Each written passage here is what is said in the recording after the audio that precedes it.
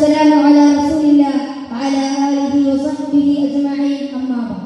ബഹുമാനപ്പെട്ട വേദിയിലും സദസ്സിലുമുള്ള വ്യക്തിത്വങ്ങളെ, എൻ്റെ പ്രിയപ്പെട്ട സഹോദരി സഹോദരന്മാരെ, അസ്സലാമു അലൈക്കും വറഹ്മത്തുള്ളാഹി.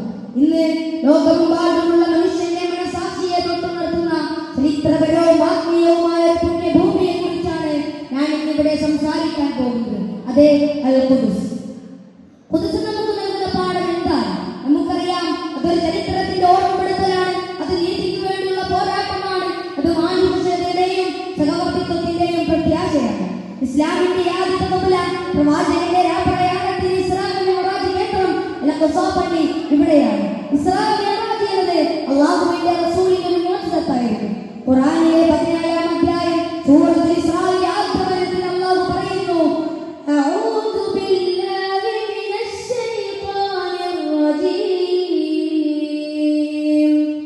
ബിസ്മില്ലാഹിർ റഹ്മാനിർ റഹീം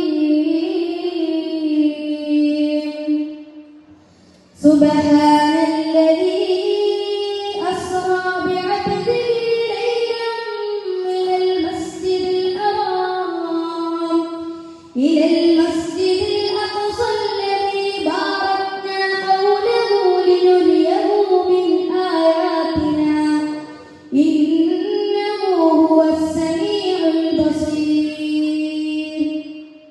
അതുപോലെ തന്നെ അല്ലാഹുവിന്റെ റസൂൽ പുണ്യം ഉദ്ദേശിച്ച് യാത്ര ചെയ്യാൻ വന്ന 3 പള്ളികളിൽ ഒന്ന് ഖുദ്സിന്റെ മണ്ണിലാണ്. ഇവിടെ ഖുദ്സ് നമുക്ക് നൽകുന്ന ആദ്യ പാഠം സഹവർത്തിത്വമാണ്. ഒരേ ഭൂമിയിൽ ഒരേ ചുമരുകൾക്കുള്ളിൽ വ്യത്യസ്ത വിശ്വാസങ്ങൾ കാലങ്ങളോളം പരസ്പരം ആദരിച്ച് ജീവിച്ച ഒരു ചരിത്രം ഖുദ്സിലുണ്ട്. മനുഷ്യർക്ക് സാധ്യമാകുന്ന സഹോദരത്തിന്റെ മണ്ടോദാഹരണമായി ആ പുണ്യനഗരം നിലകൊണ്ടിരുന്നു. ഖുദ്സ് എന്നത് നീതിക്ക് വേണ്ടിയുള്ള പോരാട്ടമാണ്. എന്നാൽ ഇന്ന് ഖുദ്സ് ലോകത്തിന് ഉള്ള നീതിയുടെ നിലവിളിയാണ്. അന്യായമായ അധിനിവേശത്തിന്റെയും മനുഷ്യാവകാശ ലംഘനങ്ങളുടെയും കേന്ദ്രമായി അത് മാറിയിരിക്കുന്നു. സ്വന്തം